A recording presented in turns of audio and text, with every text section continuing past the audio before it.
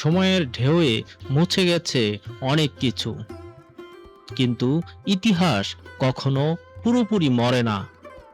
আজ আমরা এসেছি এমন একটি জায়গায় যেখানে ছিল এই উত্তরবঙ্গের সবচেয়ে বৃহত্তম একটি রাজবাড়ি।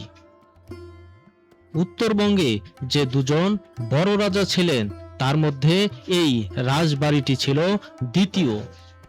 আজ সেখানে কি বা অবশিষ্ট রয়েছে?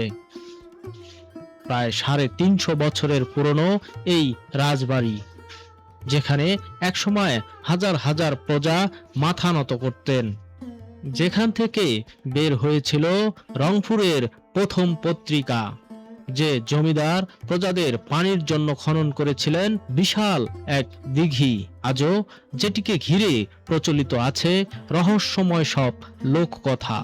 কিন্তু এই ভিডিওতে আপনি শুধু ইতিহাস দেখবেন না, আপনি দেখবেন সেই ভাঙা হাওয়া ভবন, যেটি আজও একা দাঁড়িয়ে আছে শত বছরের স্মৃতি বুকে নিয়ে। দেখবেন শম্ভু সাগর, যার জলে আজও মিশে আছে এক জমিদারের প্রজাপ্রেমের গল্প। আরও দেখব শম্ভু চ্যারিটেবল হসপিটাল।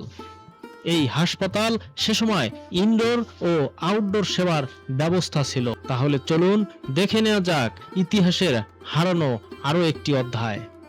আসসালামু আলাইকুম, স্বাগতম পারভেজ বাবু ব্লগে। আর এখন দাঁড়িয়ে আছি কাকিনার এই কাচারি বাজারে। আমার পিছনে এই মানিক সরণি তরুণ রয়েছে এবং এর সামনে দাঁড়িয়ে রয়েছে। আমরা যে রোডটিতে দাঁড়িয়ে রয়েছি এই সামনে রয়েছে সেই কাকিনার যে রাজবাড়ি, সেই রাজবাড়ির কিছু ভগ্নাবশেষ, যা দেখার জন্যই আমরা যাচ্ছি। কাচারি যে বাজার, মানিক সরণি যে চত্বরটি রয়েছে, সেখান থেকে আমরা পায়ে হেঁটে অল্প একটু রাস্তা আসলেই, এটি হাফ কিলো হবে না, এর চেয়ে কম হবে, এখানে হেঁটে আসলেই এই সামনে উত্তর বাংলা কলেজ, এবং এই উত্তর বাংলা কলেজের পাশেই রয়েছে সেই রাজবাড়ির যে শেষ স্মৃতিচিহ্নটুকু রয়েছে সেটি। বন্ধুরা, এই যে উত্তর বাংলা কলেজ, সেই কলেজের গেট দিয়ে ভেতরে প্রবেশ করলাম এবং এই সাইডটিতেই দেখুন যে সেই ঐতিহাসিক যে কাকিনা রাজবাড়ি ছিল, সেই রাজবাড়ির যে শেষ নিদর্শনটুকু রয়েছে সেটি এখানে রয়েছে। এই স্থাপনাটি দেখার জন্যই আমরা এসেছি এবং এই যে স্থাপনাটি রয়েছে, অর্থাৎ এটিকে এখানকার স্থানীয়রা হাওয়া ভবন বলছে, আবার কেউ বলছে যে এটি রাজবাড়ির একটি অংশ, অর্থাৎ এখানেই রাজবাড়িটি ছিল, এই রাজবাড়ির যে একটি অংশ সেটি এটি। তবে বিভিন্ন জন বিভিন্ন কথা বলছে, তবে এখানে নাকি অনেক বড় একটি রাজবাড়ি একসময় ছিল, কিন্তু পর্যায়ক্রমে বা কালের পরিক্রমায় এটি একদম যে শেষ একটি স্মৃতিচিহ্ন হিসেবে রয়েছে। অর্থাৎ এই স্থাপনাটি ব্যতীত এই রাজবাড়ি, অর্থাৎ এই কাকিনার যে রাজা ছিল সেই রাজার রাজবাড়ির কোনো আর অস্তিত্বই নেই, শুধু এই স্মৃতিচিহ্ন হিসেবে এই স্থাপনাটি রয়েছে। এবং সেই সাথে রয়েছে এই রাজবাড়ির শেষ রাজা যে শম্ভুচরণ রায় রয়েছে, তার খননকৃত একটি পুকুর রয়েছে, অনেক বড় একটি পুকুর রয়েছে, সেই পুকুরটির নাম হলো শম্ভু সাগর। পাশটিতে দেখুন যে আমার এই পেছন সাইডটিতে একটি জালানার মতো রয়েছে, ছোট একটি জালানার মতো রয়েছে, তবে এদিক দিয়ে যে মানুষ ভেতরে প্রবেশ করে সেটি বোঝা যাচ্ছে। এর অন্য কোনো পাশ দিয়েই আর সেরকম আমি প্রবেশ করার মতো জায়গা দেখিনি যেটি দিয়ে প্রবেশ করা যাবে, অর্থাৎ এর ভেতরে প্রবেশ করা যাবে এবং মানুষ এই দিক দিয়ে প্রবেশ করে সেটিও বোঝা যাচ্ছে আর কি। তবে আমিও নিজেও ভেতরে প্রবেশ করব এবং করে দেখব এবং আপনাদের দেখাবো যে আসলে এই ভবনের ভেতরে আর কি অবশিষ্ট রয়েছে আর কি। তবে এই উত্তর বাংলার যে কলেজ, এই কলেজে যারা এখানে রয়েছেন কর্তৃপক্ষ বা এখানে আরও যারা উপস্থিত রয়েছেন, তারা অনেকেই বলছেন যে যেহেতু এই ভবনটি অনেক ঝুঁকিপূর্ণ, একদম ঝুঁকিপূর্ণ ভবন হিসেবে ঘোষণা করা হয়েছে এবং শুধু স্মৃতি হিসাবে এটি রেখে দেওয়া হয়েছে, দর্শনার্থী আসে দেখে এই কারণেই, যে কারণে ভেতরে প্রবেশ করা বা সেই সাথে উপরে ওঠার বিষয়টি এখান থেকে বারংবার বলা হচ্ছিল যে সেভাবে যাতে প্রবেশ করে উপরে না উঠি আর কি।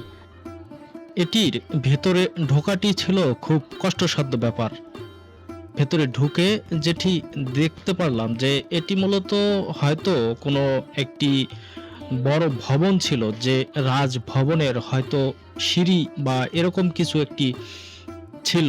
তবে এখানকার যারা স্থানীয় রয়েছে তারা অনেকেই বলছিল যে এটির ওপরে বসার মতো একটি ব্যবস্থা ছিল এবং সেখানে বসেই রাজা হাওয়া খেতেন, অর্থাৎ তিনি আরাম আয়েশ করতেন, প্রাকৃতিক পরিবেশে বসে গল্পগুজব করতেন। তেমনই একটি জায়গা ছিল এই ভবনটির একদম টপ লেভেলে। তবে এখানে উঠে এই গুরু নানক যে লাইব্রেরিটি রয়েছে সেটি দেখতে অনেক ভালো লাগছিল। যেহেতু এটি খুবই ঝুঁকিপূর্ণ অবস্থায় রয়েছে, যে কারণে টপ ফ্লোরে ওঠা সম্ভব হয়নি। এই যে অবশিষ্ট রাজবাড়ির যে ভগ্নদশায় যে বিল্ডিংটি দেখছেন, এটি সেই আজ থেকে 4 থেকে 500 বছর আগের একটি স্ট্রাকচার। দেখুন এখনো কত মজবুতভাবে এটি দাঁড়িয়ে আছে। এখানে যেটি জানতে পারলাম যে এখানে প্রতিনিয়ত অনেকেই আসছে এটি দেখার জন্য। যেহেতু এই রাজা উত্তরবঙ্গের ভিতরে সবচেয়ে যে 2জন বড় রাজা ছিল, তার মধ্যে এই কাকিনার রাজা একজন, এবং অন্যজন হলো সেই নাটোরের যে রানী ভবানী ছিল সেই রাজবাড়িটি, এবং সেই সাথে এই যে কাকিনার যে এই এস্টেট, এটি সবচেয়ে বড় এস্টেট ছিল। অর্থাৎ এই এস্টেটের যে জমির পরিমাণ বা আয়তন সেটি অনেক বড় ছিল। কিন্তু দুঃখের বিষয় যে এই যে কাকিনার যে রাজবাড়ি সেটির আজ কোনো অস্তিত্বই নেই, শুধু এই ভবনটি ছাড়া।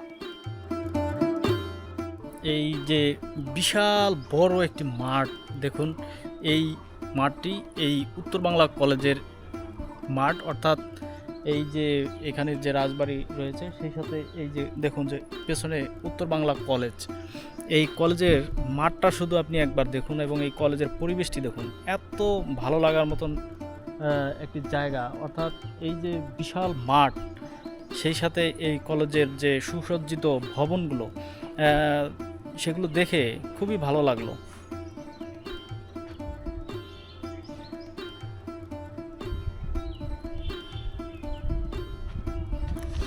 এই যে পেছনে সেই হাওয়া ভবন, আর এখানে এই উত্তর বাংলা কলেজের মাঠ, যে প্রাকৃতিক পরিবেশ আর এই কলেজের যে পরিচ্ছন্ন মাঠ, সব মিলিয়ে এখানে ফুলের বাগান সব কিছুই, ভবনগুলো এত সুসজ্জিতভাবে সাজানো ছিল যে এই জায়গাটি অনেক ভালো লাগার মতন একটি জায়গা। অনেকটাই সময় আমরা এখানে পার করলাম। তবে আমরা যাব ওই পাশে যে শম্ভু সাগর রয়েছে সেই শম্ভু সাগর দেখার জন্য, যে কারণে এখানে আর বেশি সময় থাকতে পারতেছি না। আমরা এখন যাব সেই শম্ভু সাগর দেখার জন্য। তো চলুন যাওয়া যাক। আমরা এই কাছারি বাজার থেকে আবার দক্ষিণ পাশে যে রাস্তাটি আসলো সেটি দিয়ে সামনের দিকে যাচ্ছি। এটি দিয়ে অল্প কিছু দূর হাঁটলেই আবার সেই এই কাকিনা রাজার যে শেষ রাজা ছিল শম্ভুচরণ রায়, তার নামে এখানে যে পুকুরটি রয়েছে সেই শম্ভু সাগর, সেটি এখানে রয়েছে আর কি। সেটি দেখার জন্যই আমরা যাচ্ছি।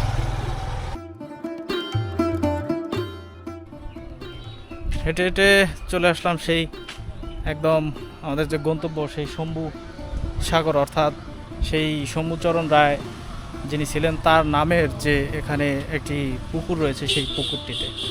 এই পুকুরটিরও যেটি লোকমুখে শোনা যে এই পুকুরের অনেক ঐতিহাসিক বিষয় রয়েছে।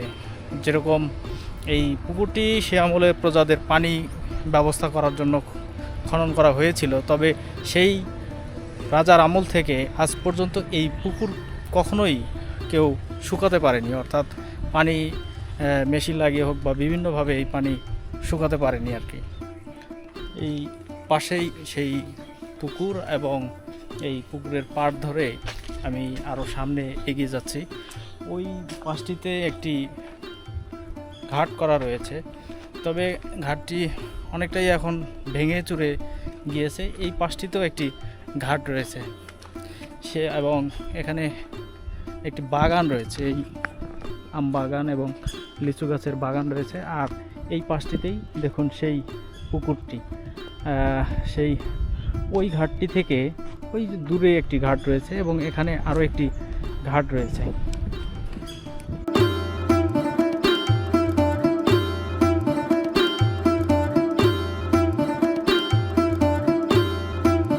এই যে পিছনে সেই শম্ভু শম্ভু সাগর। আর এইখান থেকে হয়তো সেভাবে আসছে না, রাস্তার ওই পাশটিতে পুকুরটির ওই পাশে যে লাল বিল্ডিংটি দেখা যাচ্ছে এটি হলো সেই ঐতিহাসিক সেই শম্ভুচরণ মেমোরিয়াল হসপিটাল, যে হসপিটালটি সেই আহ, এখানকার যে শেষ রাজা অর্থাৎ শম্ভুচরণ রায় তিনি তৈরি করেছিলেন।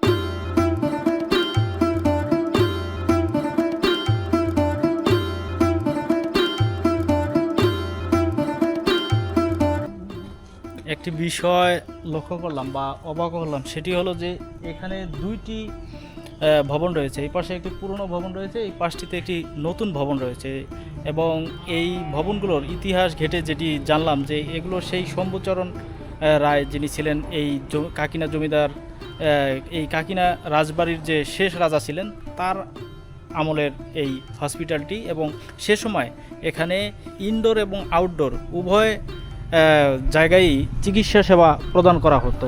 অর্থাৎ একবার কল্পনা করুন যে এই যে হসপিটাল ভবনটি রয়েছে বা এই হসপিটালটি সে আমলে কী পরিমাণে মানুষকে সেবা দিয়েছে। কিন্তু এই যে ভবন দুটি, এই দুটি ভবনের কোথাও কোনো সাইনবোর্ড বা কোথাও কোনো সাল এরকম কিছুই উল্লেখ করা নেই, এবং এখানে কোনো রক্ষণাবেক্ষণের জন্য কাউকেই আমরা পেলাম না। এই দুটি ভবন এখানে রয়েছে, যদিও এই ভবনটি চালু রয়েছে, যেহেতু এখানে এখনও সপ্তাহে 2 দিন চিকিৎসা দেওয়া হয়, তবে এখানে কাউকেই পেলাম না সে ধরনের কোনো প্রশ্ন করার মতো, বা এখানে কোনো সাইনবোর্ড বা নেম প্লেট কিছুই পেলাম না যেটিতে থেকে আমরা কোনো তথ্য নিতে পারবো।